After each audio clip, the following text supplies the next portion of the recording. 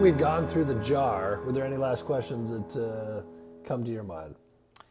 I think the most important question for anybody running for office is, why are you running and why do you think you should win? Well, a light one. A light one to wrap up, huh? Listen, I think that there's a lot of great candidates running right now. We have an increasingly crowded Democratic primary.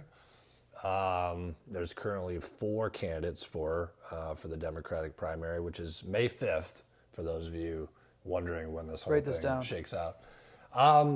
Here's the thing.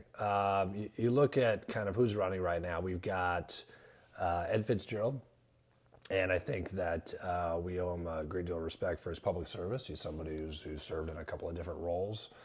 The reality, though, is we have to be able to broaden the tent if we're going to have enough voters be in a position to move us in a different direction. I mean, right now, Max Miller, he is finishing up his 2nd term, and the district is clearly, the congressional district is gerrymandered so that, he continues to maintain his seat, just a reality.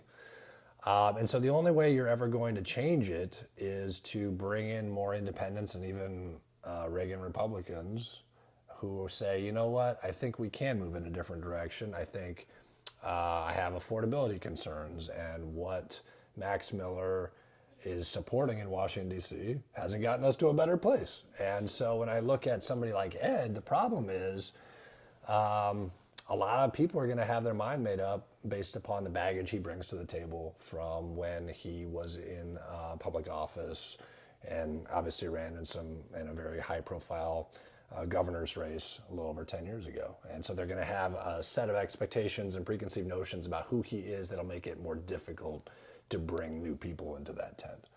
Brian Poindexter's joined in, met him a couple of times.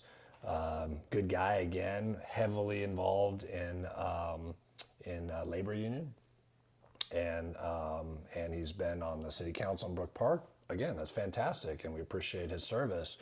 But when you're that embedded then within the party, as Brian has been, I worry about whether or not you're going to be able to broaden the coalition to have enough voters that say, oh, I'm willing to take my chance on somebody new when, as somebody that has a background, like I said, that's so skewed with the party and labor unions and such. Look, I support labor unions. My mom was a teacher.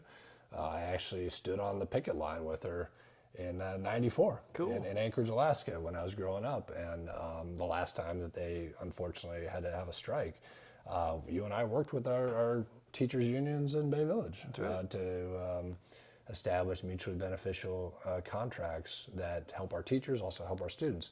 But fundamentally, you have to be in a position, I think, that is more centrist and doesn't bring with it sort of preconceived expectations about who you are and what you support, so that you can bring in people as a centrist from the rest of the district, the congressional district. And I think that that's where I come into the mix. I think it's also important to have some public service experience. And that, look, Michael Eisner, met him a couple of times. Also, so great to see that he's overcome his health challenges and he's motivated by the cuts to the NIH.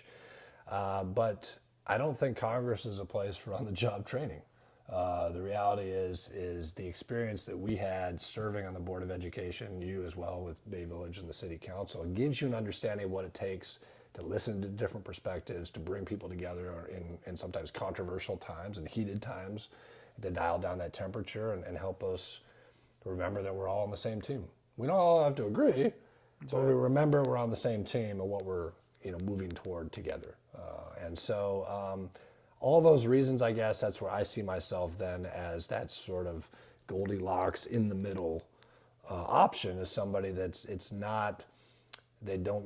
have all the baggage that might come along with somebody like Ed or Brian, but also, and I'm not a career politician by any means, but when it comes to Michael, I also have more of that experience working with different constituents, helping to build bridges between people, and And I think that's super important as opposed to, the sort of on-the-job training that would come if you've never done that before. So that's what I like to bring to the mix. It's what I think we can do together, and it's why I feel this is the right time, and that I'm going to do everything I can to be the right candidate for the people in the Ohio 7th Congressional District. I'm sold. So, you're sold? And his coffee's good too. This is a good time. I appreciate you trying this out today, Mr. Vincent. This is going to go viral, It's beyond viral. let's not get too excited. But thank you for joining us on this first and potentially last episode of Common It Grounds. could be. I kind of do that. And we appreciate it. Hope you have a great rest of your day. Thank you so much.